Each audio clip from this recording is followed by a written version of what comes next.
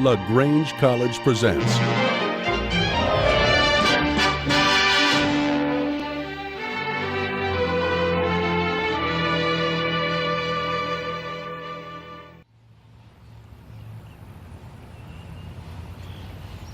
Early Morning at LaGrange College. Friday, April 16th, 2010. On this day, classrooms are empty. Administrative offices temporarily closed.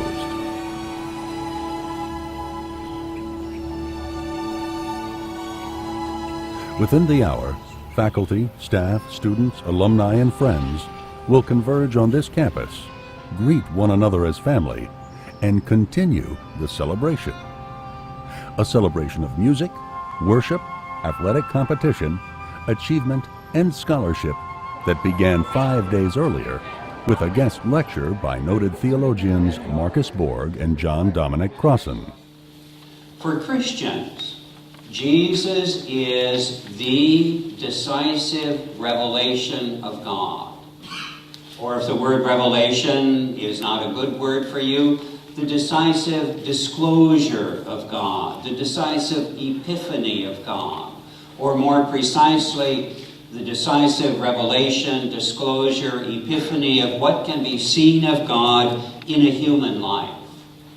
When you go to the Christian Bible, from Genesis all the way through to Revelation, you're going to find two different visions of God. Maybe even two gods almost. One is going to be a violent God of retribution, and the other is a non-violent God of distribution. And they're both there in the same Bible. Tuesday morning, students at the LaGrange community were invited to a follow-up Q&A session with Borg and Crossan. That night, the celebration continued.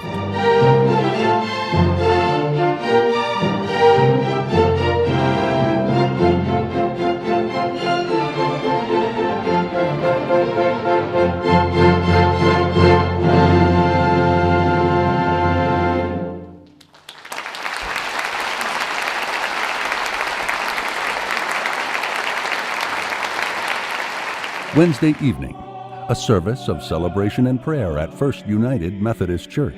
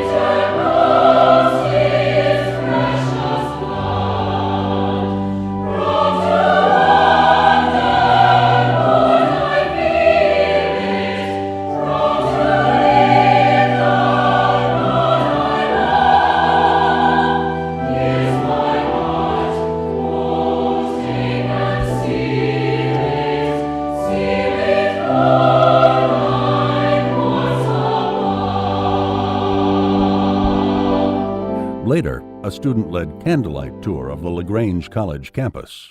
And it was not uncommon to see cows grazing behind the building where the library and manger now stand. After the war, the building was completely rebuilt, though never to its original splendor, and additional dormitory space was added in the 1880s. A few decades later, Smith Hall would serve as a military hospital during the Civil War. Although the war was raging on, the classwork continued to be taught, and young ladies continued to graduate from the institution. Thursday morning, April 15th, Dr. Drew Clark, Associate Professor of English at Auburn University, spoke on the topic, The Bible as Literature. So is reading the Bible as literature a way of distorting the text so that men look like trees walking? Or is it a kind of second sight, a way of reading that seeks maximum returns? That evening, a formal reception was hosted at the Hills and Dales Visitors Center, adjacent to the historic Fuller E. Calloway family estate.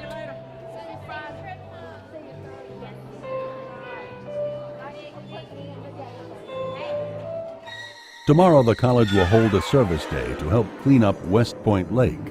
Sunday, the LaGrange College singers will present selections from their recent concert tour. But today is the day, and the time is now, for the inauguration of Dan McAlexander as the 25th president of LaGrange College.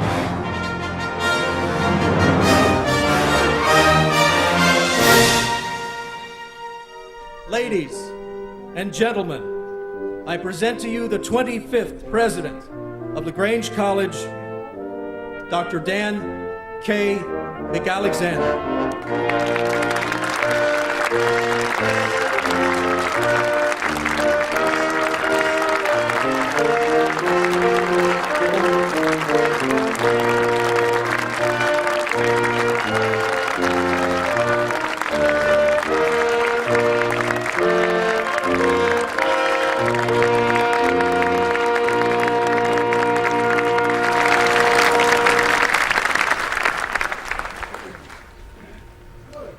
Day in America's greatest little college town. It's an honor to have the city of LaGrange to be a part of these important ceremonies, the inauguration of LaGrange College's 25th president. The city of LaGrange was founded in 1828. LaGrange College began less than 3 years later. The destinies of our college and our city will be bound together for the next 180 years of history, surviving the Civil War, 2 World Wars, the Great Depression, and even rock and roll. This is an exciting day for the citizens of LaGrange, Troup County, and the entire region. Today, LaGrange College and the families of our region face a dawning future with many challenges. But I have no doubt that Dan McAlexander, as the 25th president of LaGrange College, is the right man in the right place at the right time. As we have for over 180 years, our citizens proudly support the growth and vision of this institution. With God's blessings, our community and LaGrange College will continue this historic partnership as we transform our world. Thank you.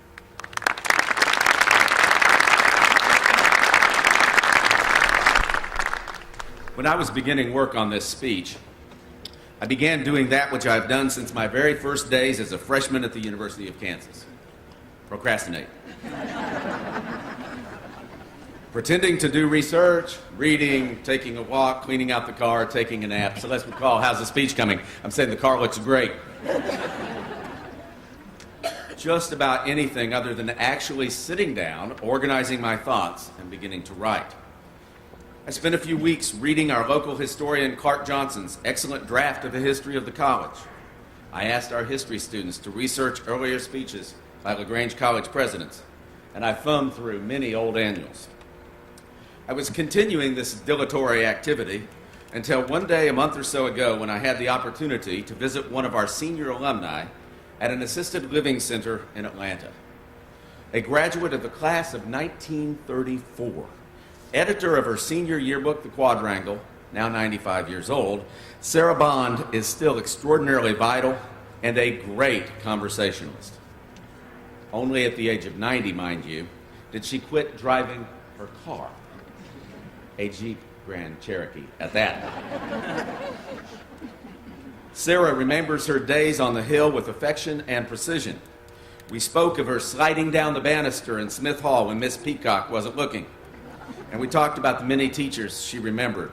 Lucy Bellant, who taught her French, Dr. Epps, who taught her English, and her major teacher in science, Catherine Stewart. At one point in this vividly detailed account of her experience here, I asked her, "So, Miss Bond, who was the president of college while you were there?"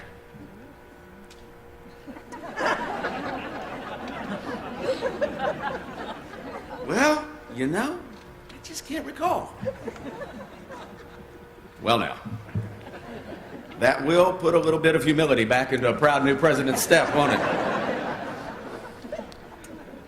It was an abrupt reminder of what I have always known, but having succumbed to the lavish attention afforded the holder of this office, as demonstrated today, I had forgotten. You know, this really isn't about you. It's about the students and the faculty and their relationships with each other. It's about the students and the faculty and their relationships with each other.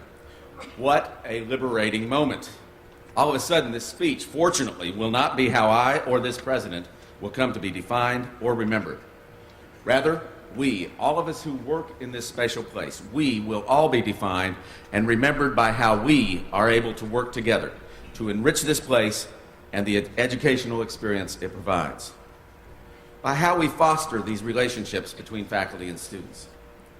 By how we so structure our activity to encourage that magic that happens when students take hold and become owners of their own learning, and when their faculty members begin to view them in their newfound capacity to make their own discoveries as young colleagues and future friends. For the past 2 months, a group of 30 members of the staff, faculty, Student Government Association, and administrative leaders have been engaged in a series of meetings to consider how we can do just that. How can we enrich this place and the educational experience it provides? To begin, we spent some time reviewing all that had changed in the last 10 years under Dr. Gulley's leadership. What buildings were not here before? What educational opportunities simply did not exist? What had changed in the curriculum? After about an hour, the list had run to more than a page, single-spaced, startling achievements that transformed this college. One single example, as all of you who know this college well are aware, we are celebrating this occasion on what only recently was a sprawling, unsightly parking lot. Imagine that. The library was on the edge of campus. The Office of Admissions was difficult to find. That's not an office you want to have difficult to find. And parking was in the middle of the campus. A huge difference was made. Visually, functionally, symbolically huge. And in the years before that, under Presidents Murphy, and also President Hudson and previous presidents, but under President Murphy, similar achievements. As examples, the acquisition of the South Campus, or the Callaway Campus, as it was known, and the painstaking cultivation, of which I've heard many stories, of what would later become the transformative $22 million Candler bequest. Let's just take a moment first to applaud these two leaders for all that they have done to put us in a position of strength.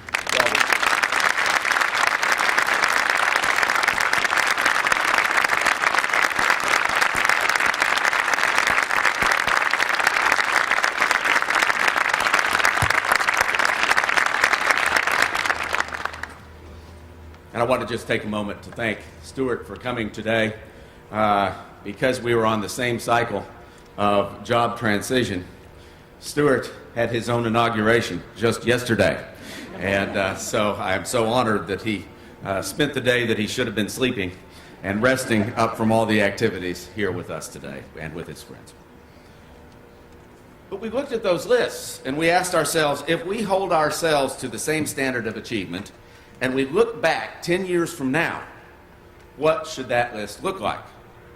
We look out today on an exceptionally beautiful, well-planned campus, excellent and well-cared-for facilities, intimate and inviting spaces that encourage spontaneous interaction among students, faculty, and staff, a well-qualified and exceptionally dedicated faculty, engaged and capable students, and a culture of transformation rooted in the cultivation of deep and productive relationships.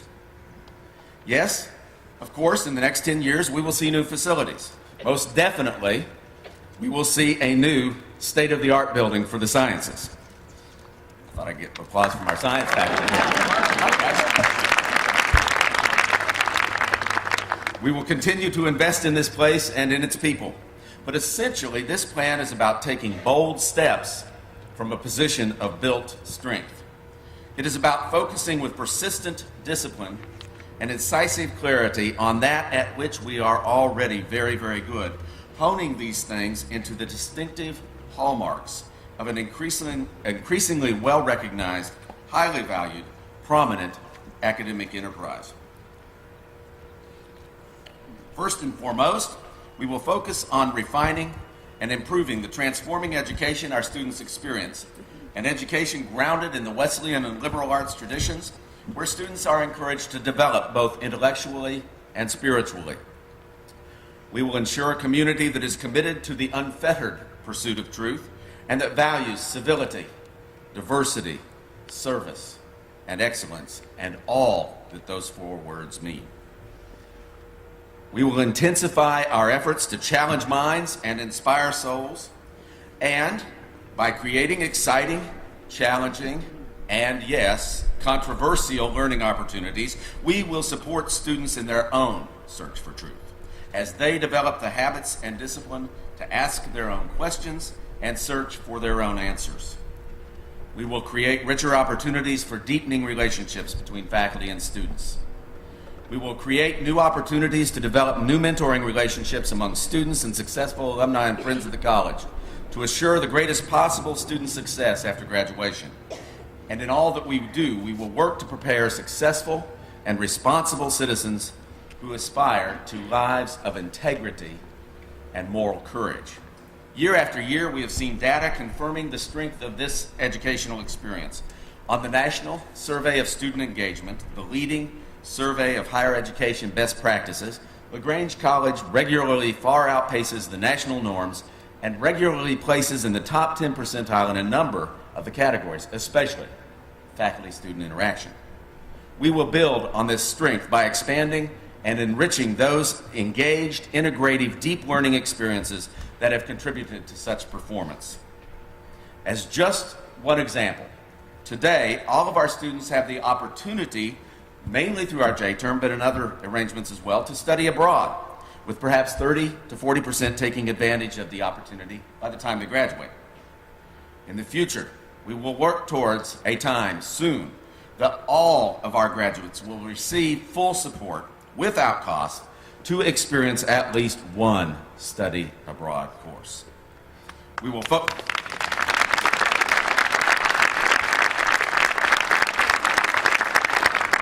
focus on turning such optional opportunities into universal defining elements of the LaGrange College experience.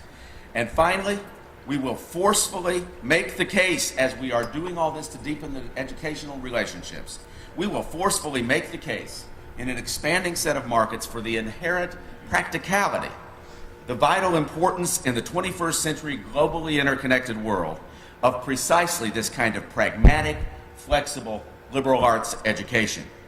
As David Kearns, former CEO of the Xerox Corporation, has remarked, and I quote, "The only education that prepares us for change is a liberal education. In periods of change, narrow specialization condemns us to inflexibility, precisely what we do not need. We need flexible intellectual tools to be problem solvers, to be able to continue learning over time." End quote. As we make this case, we will develop a significant reputation for delivering that education not just to an exclusive population of carefully screened students, but rather to the diverse and diversely prepared student population who most need it and who we have long and throughout our history served. The LaGrange story then will not be primarily about how good our students are when they arrive, but about who they become while they are here, about the distance traveled, the transformation they experience, regardless of their starting point. The second great strength on which we will build is the college's long-established traditions of judicious stewardship of resources. We will move from our currently solid fiscal position to one that is robust. We will increase our revenue while restraining our costs, and we will thus develop the capacity to fund an annual cycle of continuous improvement and innovation. As we move forward into the future, we will work diligently to restrain increase in prices, as we have done this year, and to provide greater assistance to students who may lack the means but have the deep desire to attend LaGrange College. We will aggressively seek support from alumni. Watch out. We're giving you a rest. We're coming back. And we will work tirelessly to win new friends to the cause of this particular kind of education in this particular place. And we will honor a major commitment that I inherited and which I am proud to continue, for which the college has become known. We will constantly seek and implement ways to tread ever more lightly upon this earth, using less of that which must be extracted from it and pouring less refuse, waste, and poison back into it. With the building behind us, which is LEED Silver certified, and with our climate action plan filed as part of the President's climate commitment, we have demonstrated our commitment to this sacred trust, to be wise stewards of all that we have been given. And finally, the third great strength on which we will build is the exceptionally warm, rich, and mutually supportive relationship that LaGrange College enjoys with LaGrange the community, and that it enjoys with its supporting denomination, the United Methodist Church. The strength of the college's relationship, as you heard from Mayor Lucan, with this city was made profoundly evident in my first day on campus, when dozens of community leaders came out to Sunny Gables to meet just a potential candidate for this position. The relationship between college and community was clearly held to be one of the great strengths for both. As Mayor Lucan mentioned, founded within 4 years of each other, shortly after this part of the Chattahoochee Valley was opened by treaty for settlement, the town and the gown have grown up together. We have held each other close. We have celebrated each other's victories. We've shared in each other's tragedies, and we participated together in many of the same noble causes. And, yes, in our history, we have made some big mistakes together. And in some ways, the community and the college continues to pay the cost of them together. Like all colleges and communities anywhere, we were then and continue to be a college and community of our times and our place. We share a history, a present and a future that is deeply, inextricably linked. To build on the strength of our long relationship, we will have to partner in new ways, not only providing the usual educational programs to meet business and industry sector needs, which we will most definitely continue to do, but also identifying ways in which we together can improve the lives of all, and I say all, LaGrange's citizens, particularly those whose lives continue to be shaped by some of our missteps in the past. Sitting on a hill as we do between the two major east-west thoroughfares of town that both unite it and divide it, Broad and Vernon Streets, this campus has sometimes been perceived as too often looking in only one direction when reaching out to its community. Certainly, we've reached out to our communities in profound ways all across it, but the perception sometimes has been we look one way. Certainly, we are proud of and dedicated to the rich partnerships we have developed, such as that with the culture and arts community, including our partnership with the college's orchestra in residence, the LaGrange Symphony Orchestra. And what a magnificent relationship that has been, one which shone so brightly in the breathtaking performance of the Brahms Double on Tuesday evening. These partnerships are vital parts of the fabric of the cultural life of this college and the city, and we will continue to support and develop them with vigor and pride. For the future, however, it will not be enough to develop primarily partnerships that are both symbolically and practically tied to the most affluent and socially connected citizens of town, those characterized by residents north of Broad Street, if you will. For this college to fulfill its Wesleyan tradition of serving all, and particularly those who most need it, for it to gain access to the richest learning opportunities for its students, and for it to become stronger as it helps its community grow more healthy, it must find ways to reach out to all of LaGrange, particularly to those citizens characterized by residents south of Vernon. We have many, many great assets in this city which we should never fail to celebrate. But we also have problems, significant problems, including pockets of high public school dropout rates, low educational attainment, joblessness, and poverty. LaGrange College, with a significantly diverse population of students, over 1,000 students, and over 200 faculty and staff, possesses the student and faculty resources and the expertise to make it part of a concerted set of solutions. To serve in such a way, we will be proactive in reaching out to all of our community leaders in all areas of our city, to find ways to leverage our need for real-world learning opportunities for students against the community's need for solutions to persistent problems. I am not naive in expecting that these efforts will be easy or that they will yield immediately dramatic change. But in the last 2 months, I have had productive conversations with leaders of both our African American and Hispanic communities, conversations greeted with a generous and open spirit, hope for developing relationships in the future, and enthusiasm for beginning work together. In addition to becoming more intentional about our service to LaGrange and Troup County, we will also renew our efforts on becoming not just a college of the United Methodist Church, but even more, a college for the United Methodist Church. We believe that we owe this denomination, which has stood by us and supported us for now more than 160 years, more than presenting ourselves as a destination to which loyal Methodists might send their children. We have done that for a long time. We're going to renew our efforts on presenting ourselves as more. Don't get me wrong, and let me be very clear. We do very much want to be perceived as the destination, okay, for such, and we are hoping that we will become more of such a destination. But in the coming years, we want to be more active partners in supporting the life and work of the church in both the North Georgia Conference, our home, and the South Georgia Conference, our very close neighbor. We will convene important conversations such as those we had earlier this week with our visiting Bible scholars. We will partner with churches around the state in mission and outreach work, and we will build on our long and rich tradition of providing graduates who become dedicated and successful pastors in both the Georgia conferences.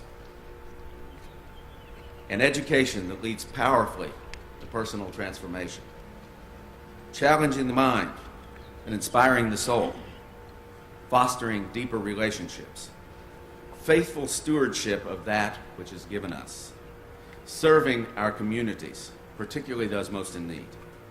This is a future worthy of a college in the grand Wesleyan tradition. Indeed, that is our mission. LaGrange's mission. LaGrange College challenges the minds and inspires the souls of its students. Founded in 1831 and proud of its relationship to the United Methodist Church and its Wesleyan and liberal arts traditions, the college supports students in their pursuit of truth.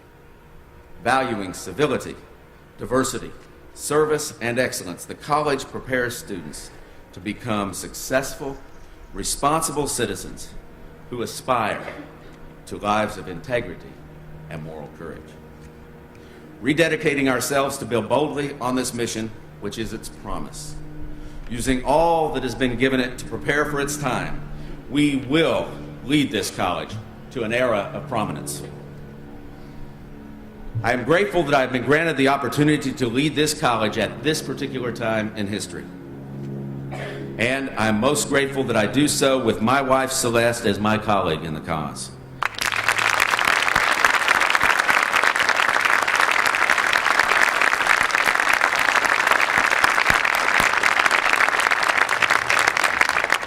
As Celeste put it so well and so succinctly in the beautiful article that Andrea Lovejoy wrote in the LaGrange Daily News last week, there is no more hopeful time than college. We both will add, there is no better place to work than at LaGrange College. We take daily joy from our interaction with the students. We are constantly inspired by the dedication of our faculty and staff. We are humbled by the support for the college given by its alumni, trustees, and friends. Thank you for giving us this opportunity and this responsibility. We will do all in our power to justify your confidence and to reward the trust you have placed in us. Thank you, and God bless all of you for being here.